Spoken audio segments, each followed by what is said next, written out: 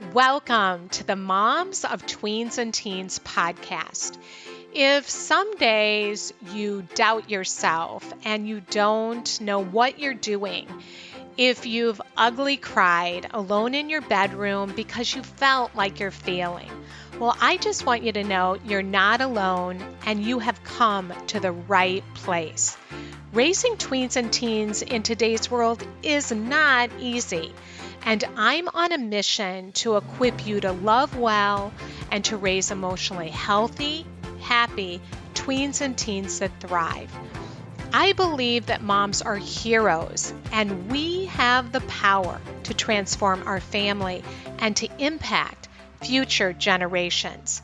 If you are looking for answers, encouragement, and to become more of the mom and the woman that you want to be, welcome. I'm Cheryl Gould, and I am so glad that you're here. Hi, friend. Welcome to the show today. And I am so happy to be back with you. I have been in the process of moving. Many of you know this, many of you don't, but we've been in the process of moving from north of Chicago, where I was born and raised, to Dallas, Texas. And woo, it happened fast and it has been quite an adventure. But in that process, it got so crazy that I've just been missing you. And then we also, right after the move, we jumped into this 3-day free parenting workshop series that was called How to Understand and Help Your Teen with Challenging Emotions, Attitudes, and Behaviors.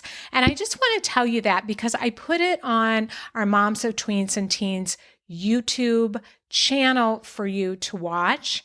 So if you have a defiant tween or teen, I encourage you to watch it, to go there. You'll see they're all back to back. There's 3 of them, and we had a bonus workshop that was a personal story from one of our very own here at Moms of Tweens and Teens, Jen Keel, sharing about all the challenges that she went through with her son. So you can give it a listen. Really good stuff. Got such positive feedback that I don't want you to miss it if you're struggling with a difficult tween or teen who's having lots of emotions and it's a roller coaster ride and you don't know what to do. So that is available to you. So moving into our episode today, we're going to be talking about how to help our tweens and teens that are struggling with friendships. And this is really painful as a mom. If you have a kid that is lonely, that is struggling with girl drama, it might look a little bit different if you have a boy, but they have their own version of that.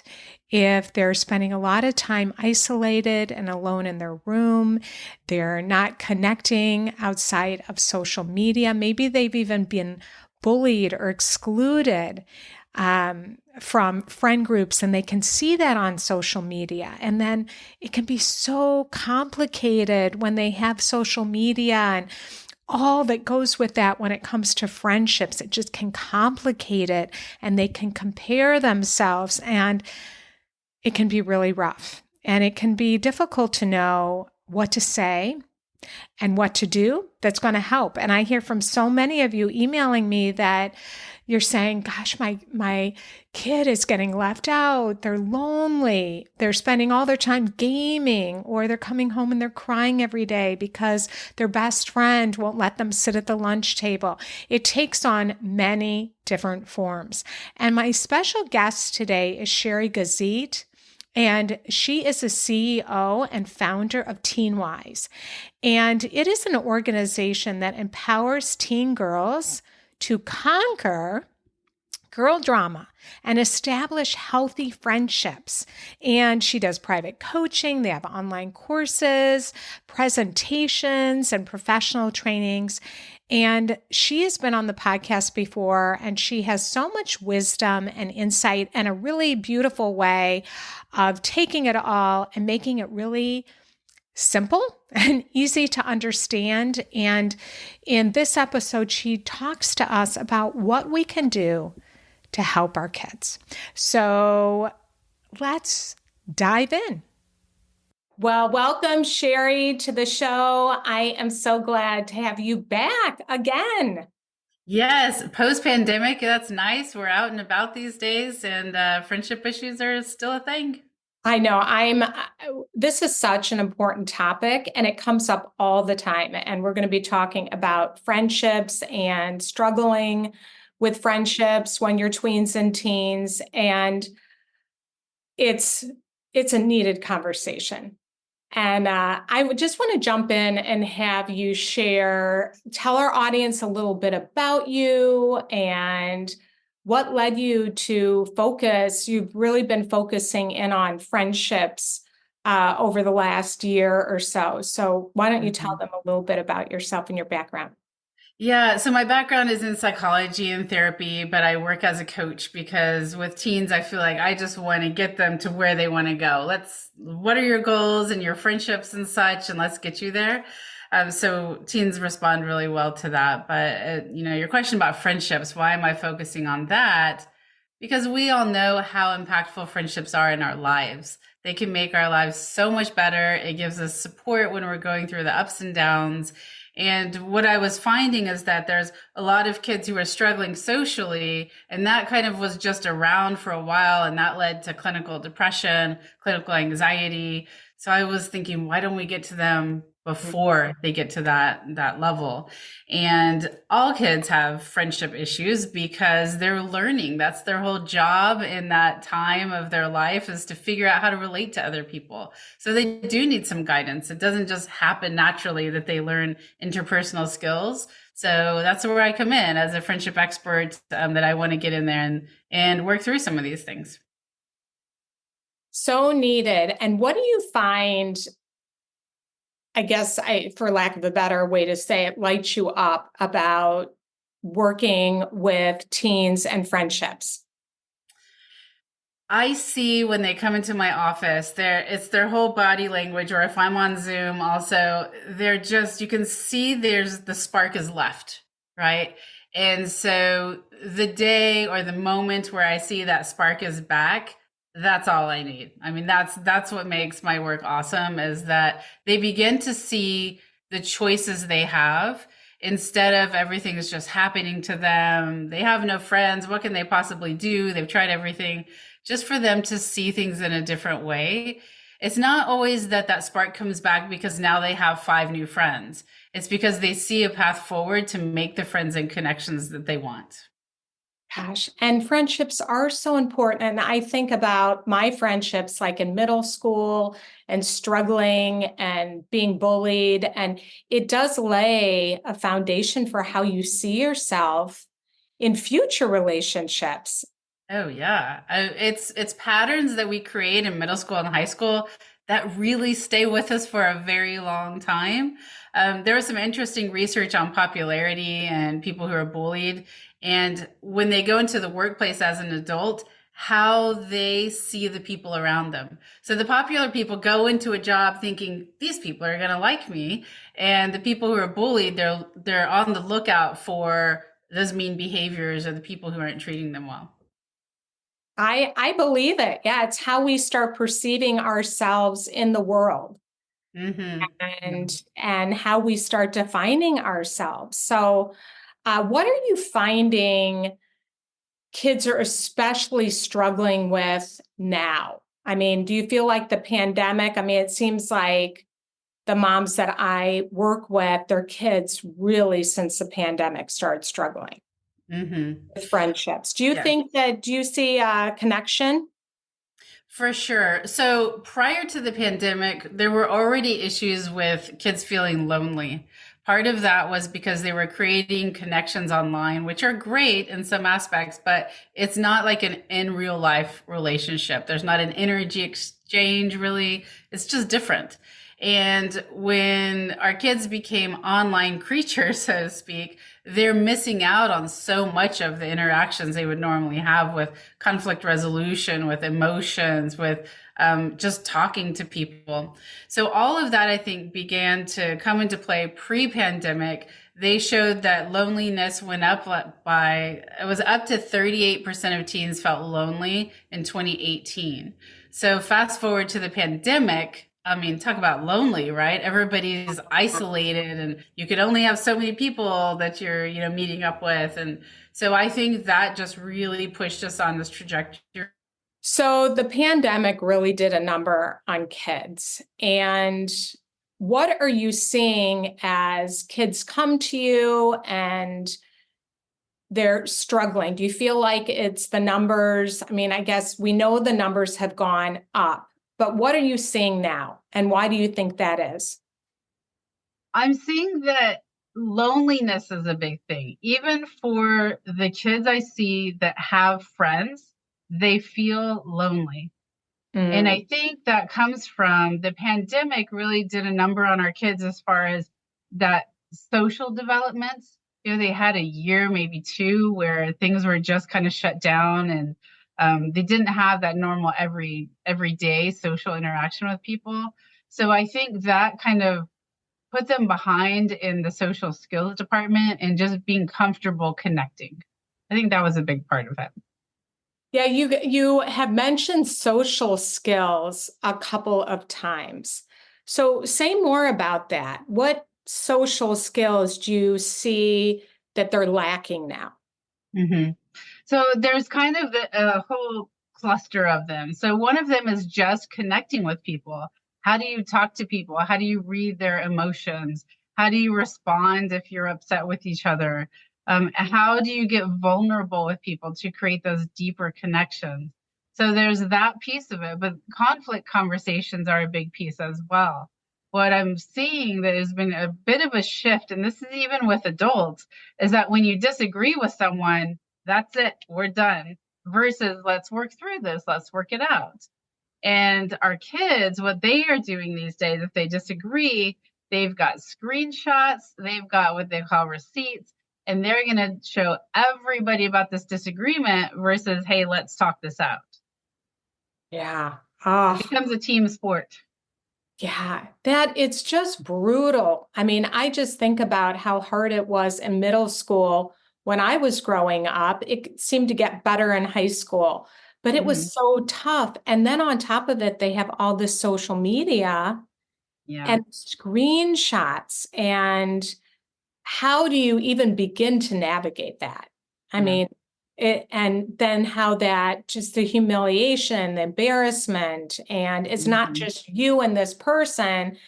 There is this, do you find it's like a gang almost that they're saying this and Yeah, I call it the football effect. When there's like two people that are upset with each other, they don't come talk to each other. They kind of gather their teams. One girl talks to one person, the other girl talks to another. They talk to people, and before you know it, there's two teams. Whose team are you on?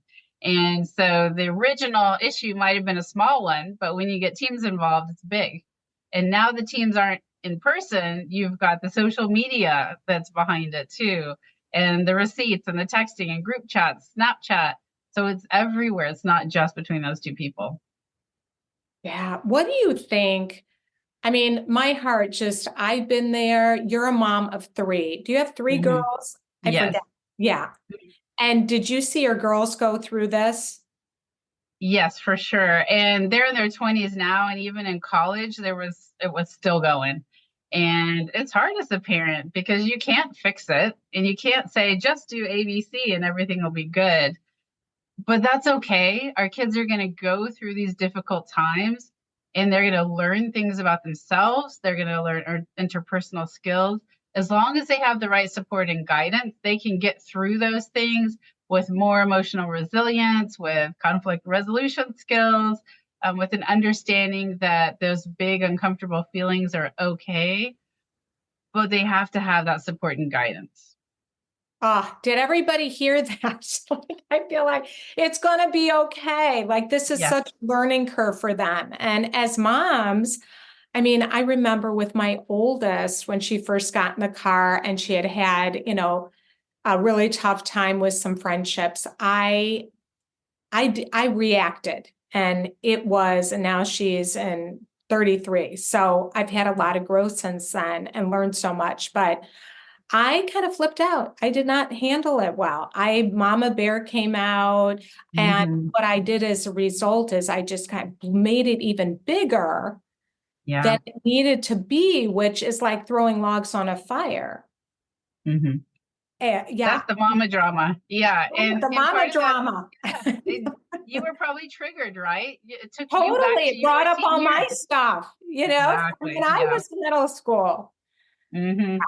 And then it's interesting because my youngest daughter is 9 years younger and she went through the same thing. I don't think Yeah. you can't go through middle school, high school with being unscathed without it Right. happening.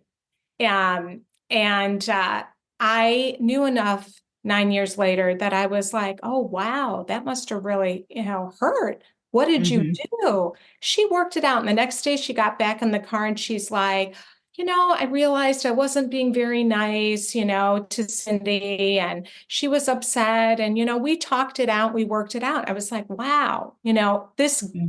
happens and it's gonna happen. And it doesn't mean the other kid is a bad kid. It's just Exactly. Yeah. part of that growth process. So what do you see some of the mistakes we make as moms? Well, one of them you just hit upon, which is when we create more drama around the situation. So we have to really keep calm, keep our emotions intact, right? And if we got these triggers going on, we need to go process that somewhere. But what happens when we do that, when we get those big emotions, our kids are like, oh my gosh, if my mom can't handle this, I certainly can't handle it. Yeah. So we have to keep that in perspective. The other thing that often we do is we get really intrusive. We're like, we are going to fix it. So we start calling, texting. Um, and that also makes our daughter feel like she can't handle it. Like, this is so big that my mom has to step in and deal with this on my behalf. So that's another big thing that happens. And then we kind of go the other way and dismiss it, right? Like, it's no big deal. Why do you care? These are just, they're not your friends anyway. That doesn't help either. Yeah. So what can we do that would be more effective? Hmm. I talk about a framework, a love framework. So, and I say all they need is love, which stands for listen, offer advice, only give it if they want it, validate their feelings, and empower them. And when we do those things, that helps them to get through this girl drama, friendship issues. They come out the other side stronger instead of feeling down and like their self-esteem is, depleted and confidence is down. It actually builds them up. So how do we can you model a little bit about the validating and the empowering? Hmm. Yeah, so validating, I think it's really important to remember it's validating the emotions, not the behaviors. And the reason that's important is because when there's friendship drama, our kids aren't always dealing with it well. They might be adding fuel to the fire. They might have spread a rumor, or they might be, gossiping about people. Um, so it doesn't matter what that behavior was, their feelings, their emotions are valid. And so we can just say, recognize, like you were saying with your daughter, it looks like you're really upset, or it looks like this was really difficult. Or I even like to back off and not label it for them, but just say, what's going on? How are you feeling? Just leaving it at that. We don't always have to label our emotions. I know these days we talk a lot about that. But if I'm emotional, I don't want somebody saying, what is that emotion? I'm like, I just want to feel it, right? The labels can come later. But then with the empowerment, that's about what are you going to do next?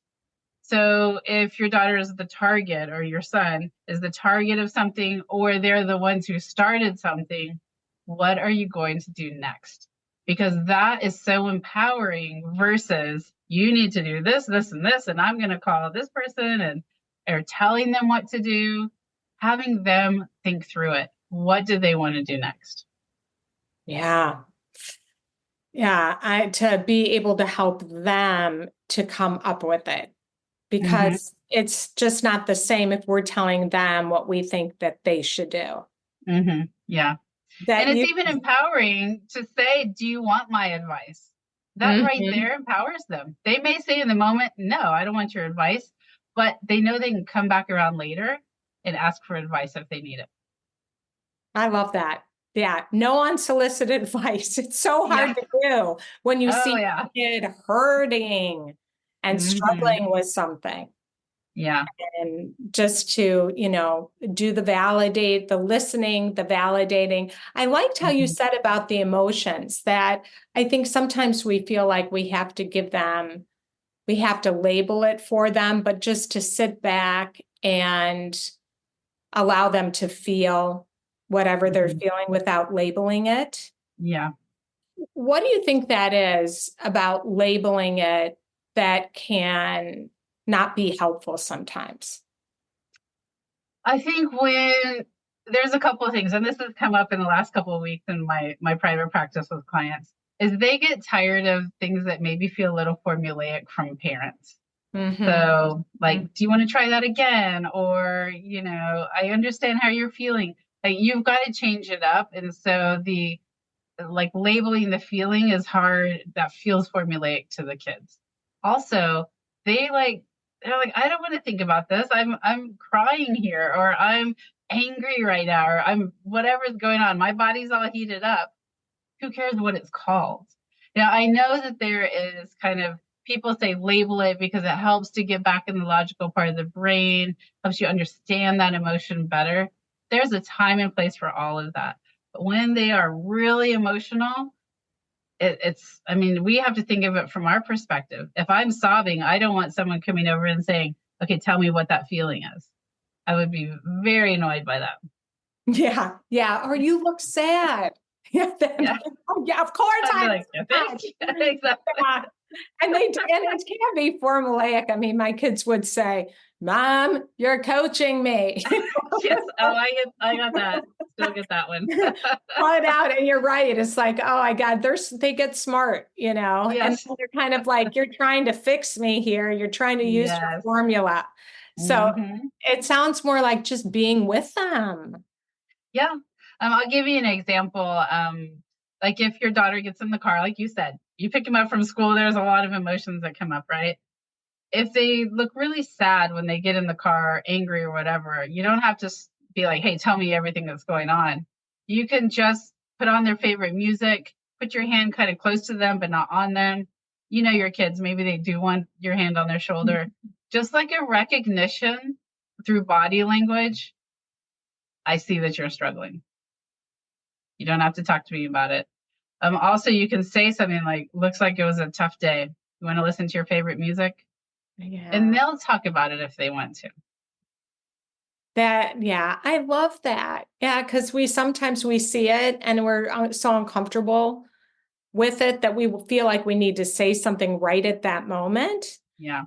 I love the analogy that I say teens are like turtles, and it's like if we're coming at them, it's like they suck Right. in their shell, and then they don't Yes. want to share because we're just going to jump on it with all this Mhm. energy. So Yeah. give space is what I hear you Yeah. saying. Exactly. Yeah. We want to know all the details. We're like, we're going to be the best parent ever. I want to know all the details so I can help to fix it. But that's not what they need. Yeah, I really like that, Sheri. That's super helpful. So confidence, like I'm just curious your process. So a teenager comes to you and they're really struggling. And how do you begin to build up that confidence? Mhm. I have like a few different steps that I have them do, but I usually start with the inner critic and the inner cheerleader so that they can see where this lack of confidence is coming from in the moment. It's this inner critic, it's louder than the inner cheerleader. So we step back and look at what are the thoughts that come up all the time, those negative thoughts, and what's fueling them. Is Mm, it social media? Is it parents? Is it teachers? Is it expectations they have of themselves? Is it a book they've read? Is it the people they're hanging out with? What is fueling that? And let's look at that. Are there things you can kind of take away from that fire, so to speak? And then let's look at the inner cheerleader and say, how do we make this inner cheerleader louder? So we actually create two characters for them. They draw them out and we talk about what do they smell like? What do they sound like? How big are they? Where are they sitting on your shoulder? Are they over there? So it's an external voice now. And when it's external, you can talk back to that thing much harsher and be like, you're going to sit over there. And my inner cheerleader gets the front row spot. That is so cool to be able to learn those skills young. Mm-hmm. I did not know that. And just even that self-awareness that you're helping them to develop of what am I even telling myself? Yeah. Because we can be walking around and we're feeling it, but we're not even aware of our own self-talk. Yes. Yeah. And I tell them that you guys are way ahead of the game just because you're even thinking about this, because a lot of people don't. Yeah. What are some things as an inner cheerleader that we can, I'm thinking of all of us that are listening, what can we tell ourselves? What would that look like? So I'm, Yeah. oh, those women over there, they're all popular and they're in that circle. And here I am. And I better look at my phone because, I feel so awkward and they're not going to accept me or I'm not as cute or how, Yeah. what do we do? What do we say to Yeah. ourselves? We're going to be a cheerleader. Yeah. Well, first of all, I always tell my clients it's okay to have that inner critic. There is a purpose in there somewhere, but we just need to quiet it down. But when those thoughts come up, let's look at the other side, right? When you're looking over at the, oh, they're so cute or whatever, they just look perfect. What does your inner cheerleader need to say to you in that moment? You are good enough. You are likable. You have friends. If they don't have friends in the moment, you've had really great friends. Your friends are out there waiting for you. You know how to handle this. You connect to people all the time. You're a great friend. You listen to people, like all of those things. And it's really sad when we first start that process because the inner critic, they are scribbling on that sheet of paper and they have got it filled out. We get an inner cheerleader and it's like crickets. Like, what do I put on here? There's 2, 3 things, and then they just have to think and think. So I have to help them to go back and look at moments in their life where they can see themselves in that positive light. Then they can start scribbling much faster. I think a lot of us can uh, resonate, that resonates with most of us, that we can be so hard on ourselves and we Oh have so yeah, many critical voices, and then trying to replace that with positive voices. And it's like, well, I could say that about myself, but it's still not good enough. It's, hmm I could say that, no, not good enough, and withdraw that, and yeah, just helping them to come up with those things to speak back to that critic. That's really powerful. yeah. And even saying them out loud, I'll have them read it, and like you were saying, they'll be like, I'm a good friend. Like, wait a second. That doesn't sound very much like you believe that. Can we try it again? So they might have to say some of these things 2, 3 times to have that confident voice in saying those things.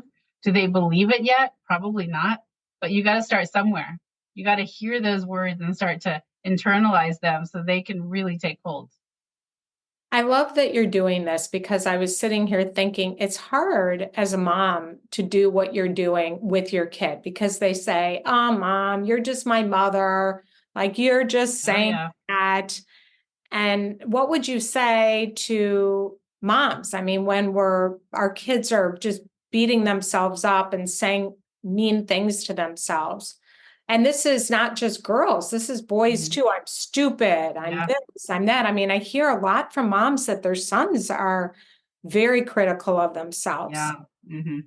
And mom's like, no, you're not clumsy. You're not, whatever. And it just doesn't land. Yeah. What can we do? Yeah, so if we try to argue with our kids about their inner critic, unfortunately, it often solidifies the inner critic even more because what they're going to do is they're going to prove to you that they're right. So, what we can do instead is open up a conversation about it. What is it that makes you feel like that? Why do you think that about yourself? Wow, I don't see that. I don't see you in that way. What is it that makes you see yourself that way? so that you're not trying to say, no, you're not. With our kids, they're built to kind of argue with us, right? So they're Yeah. gonna be like, okay, I'll tell you why I'm clumsy. I'll tell you why I can't make friends, you know. So we got to just give them the space to work that out. And just by them saying it out loud versus us trying to convince them otherwise, do you find that in itself is powerful to helping those Hmm. voices lessen? Yeah, and it makes them, if they say, for instance, nobody likes me, right? And you say, why do you think that? And they start kind of talking about why they think that. They can start to see some of the cognitive distortions in their way of thinking. Mm-hmm. But it opens up that conversation, even if all the things they say, you can't really argue with it, right? But it just gets that out of their system and gets them thinking about it and talking about it. I love cognitive distortions, and I don't think that most people know what they are. And I know Hmm. there's a list, but kids at this age, they fall into a big one, which is black or white thinking. Do you Hmm. see that one a lot? It's like where Yeah. it's there's not any gray area. Hmm.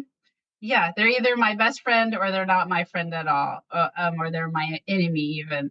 And so with friendships in particular, that's a real problem because friendships aren't just like, oh, here's your magical friend. It takes time. And Mhm. so they might be an acquaintance and then they're a school friend, then a close friend, then a best friend. It's not either or, there's a spectrum there. And that's also like your friendships are like that too. They're on all different levels. So it's not either best friend or no friend. It might be that they are a friend, not the best of friends, and you enjoy that friendship for what it is. Yes, yes. And how do you even begin to help them kind of sort that through from not having that black or white thinking? Hmm. That is one of the easiest ones. You start when they bring it up, you have them just say, is it really like that? And usually they're like, oh, like, because you hear never, always, like, nobody ever talks to me. People are always mean to me. I'll say, okay, let's think about last week at school. Was everybody really mean to you? You know, and they start to see it in a humorous way. Yeah, no, not actually. So, yeah, Oh, that's good. What's another cognitive distortion that you see? catastrophizing is a big one. Like, there's a small thing that happens. Somebody didn't say hi to them or left them on open on texting or something, and they start to think the friendship's over. They're mad at me. They don't want to be my friend. This oftentimes is within 30 seconds that all of this has come up, right? They didn't text me back in 10 seconds. So now all of these things are what's going on. And I think that's a really big one, especially in the beginnings of a friendship, when they're trying to connect with people, that they're just reading into everything. And that's where that catastrophizing comes in. It's got to be brutal because I even can feel it, with just their urgency, like the texting. And if I'm even in a text chain, and then there's when, my friends are in there and I say something and everybody acknowledges Sally's text, but nobody acknowledges my text. And I'm like, oh, okay, was that weird what I said? And I'm an Yeah, adult, right. like, Yes, take that, magnify it. There you go. why isn't anybody liking this? And I just Yeah. think it's so much more magnified when they're this age. It is, yeah. I mean, they're wired to create connections outside of their nuclear family. And so every interaction, they're just scrutinizing, looking at it. And when they hit puberty, their brain's remodeling. So they begin to think about how they're thinking. They have existential crises. They see how they compare to others. So there's all these new thinking skills they've got, which creates so much friction when it comes to friendships. The drama. Yes, the drama. Yeah, and there's girl drama and there's boy drama. It's just, tad bit different. Yeah. How do you think boy drama and girl drama are different? I think there's a couple things that make a big difference. The girl drama often goes under the radar a little bit more. It seems a little more sophisticated, if you will, even though these are not evil masterminds. These are just skills they're trying to learn, right? And so sometimes they just fall into these negative behaviors. But so a lot of it goes unnoticed. The other thing with girls is they are wired to have these more intense, intimate friendships than boys do. And so it is like they're picking these apart. At the end of the day, a lot of the girls I work with, they're spiral thinking about what was that thing she said? Or like you're talking about, I put that in the group text. Nobody really responded to me, but everybody responded to Sally. Why didn't she sit by me at lunch? What was that about that last weekend? Did they not invite me to that thing? They are going over every piece. Boys, they have these things. It's not that they don't think about them, but they tend to kind of move on from things. Sometimes they wrestle it out. There's lots of teasing, playful behaviors. And so they kind of tend to let it go. Girls are not letting it go. Girls that like we're wired where we keep our emotions together with a memory. Men and boys tend to keep their memories. The emotions aren't necessarily attached to it. So we are hanging on to the whole thing, not just what happened, but how did it feel? Yeah, attaching the emotions to the memory. And say that again. And guys are more where they separate it. So they have the memory, but the emotion's not attached. Yeah, and this is clearly a stereotype, right? Not every male is like that or every female like that, but this is what some of the research was showing. So yeah, it's more like they will tell you what they said and did last week. We're going to tell you what was said and done, but also we're going to feel it once again. Yeah, that's fascinating. So you have a lonely kid. This is a big thing. And I actually hear from moms more often that have boys that are isolating a lot. And they are concerned that they're not getting together with friends. I mean, it happens with girls too, but I see it with moms because I think it's harder for them to know how to talk to their son about it than maybe their daughter.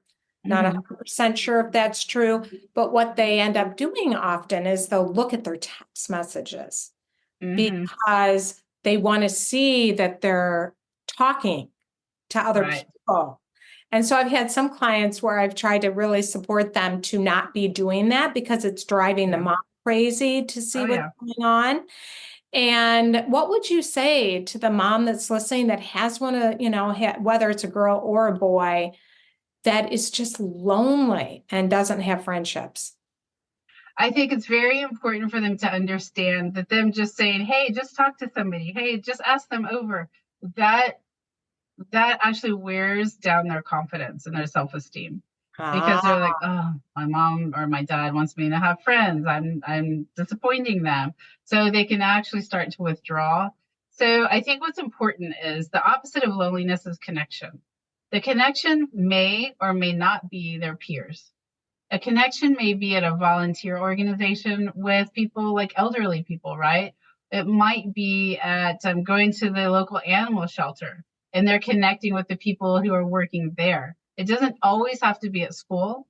And so if you see that your kids are super lonely, it's great to create connections elsewhere that builds up their self-esteem, their confidence, builds up the dopamine in their body so that their energy when they do approach their peers is very different. They feel like they are worthy of that connection and friendship. Yeah. Rather than like call this friend or because they're at that age where you just can't have the play dates like you used to and invite kids over. It's now they're the one that is inviting a friend over. But if they don't want to do it, just find how they can connect. Right. That's very important. And that will build their confidence. That's powerful. It takes it takes a lot of the pressure off too. Absolutely. Yeah. So find something that they can, that they're interested in. How would you say that they should start to have that conversation? they can just say to their kids, you don't want to say, you look very lonely. That's already labeling this feeling for them. Just say, you know what, I've, noticed it looks like you're not like hanging out with a lot of people at your school. I get it. No problem. I think it would be great for you to connect elsewhere. Like, is there volunteer organizations you want to dive into, or what are your interests? What do you want to go explore? Right now is a great time to do it if you're in summer. Beginning of the school year is a great time to do it. It's just like, you don't want to put it as you need to make friends, because they're not going to like that. That's going to be a put down. So just get excited about it. And they're still not going to be like, oh, thank you so much, Mom. It's just, give that dream away, but you're going to be there to support them in discovering and exploring connections. This is so good, Sheri. I think we should do a workshop. We'll talk offline, right before school starts, and have you share this, and have moms and caregivers be able to ask questions, because this is a real challenge. It is. For moms, and watching their kids struggle and watching them with the friendship drama and trying to support them to work through conflict. We didn't even talk about how to help them to learn some of those skills. Yeah. So we'll talk about it, because this is good stuff. Tell them what you're up to, where they can find you, because you are doing quite a bit around this. Quite a bit. Yeah. So the easiest place to go is teen-wise.com. So there's lots of info there. And then in my Facebook group, I have constant trainings and information going on there. And that's the Parenting Lab. I think there's a couple on Facebook, but if you start on my website, it'll get you there. And then I have this summer something called the Socially Supercharged Summer. And that is a course called Fostering Friendships. It's art-based, to kind of go through some of the basics of creating friendships, and also dealing with the emotional piece of it, right? You might be rejected, and that's okay. And then there's also Ready, Set, Connect, getting very specific on how to make new connections. And then the last piece of it is 10 ways to respond to girl drama. Really simple phrases and ways to minimize girl drama and rise above it. So giving them the words. Exactly. Short and simple words and techniques. Yep. Can you give us just one? Yeah, one would be, I don't like to talk about people. Just like that. When someone's coming to you and starting to badmouth another girl, just saying, yeah, I don't really like to talk about people. That's a good one for us too. Yes. Very good. It really is, and it's one thing if you're sharing like updates on what's going on with people, but when it's like, oh, that so-and-so said this and that, it's like, I don't need to be part of that. Yeah, that is good. Yeah, because we can model this too. We can do it. Yes, they're watching us. They are. Well, Sheri, thank you so much for coming on the show. And it's just been such a good conversation. I really appreciate you and what you're doing. I love being here. Thanks for inviting me. Well, thank you so much for joining me today. And if you found this episode helpful, I'd love it if you could share the encouragement with a friend or leave a review. It really helps others discover the show. And if you'd like to support the podcast, I've recently added a donate button where you can contribute $3, $5, $8, or $10 to help cover the production costs. Every bit helps, and I truly appreciate your support. So I'll be back next week with 2 special guests to talk about helping your ADHD or complex kid. If that is something that you're dealing with, it is an amazing interview, so I hope that you will join me. So have a wonderful week, and I will see you next time.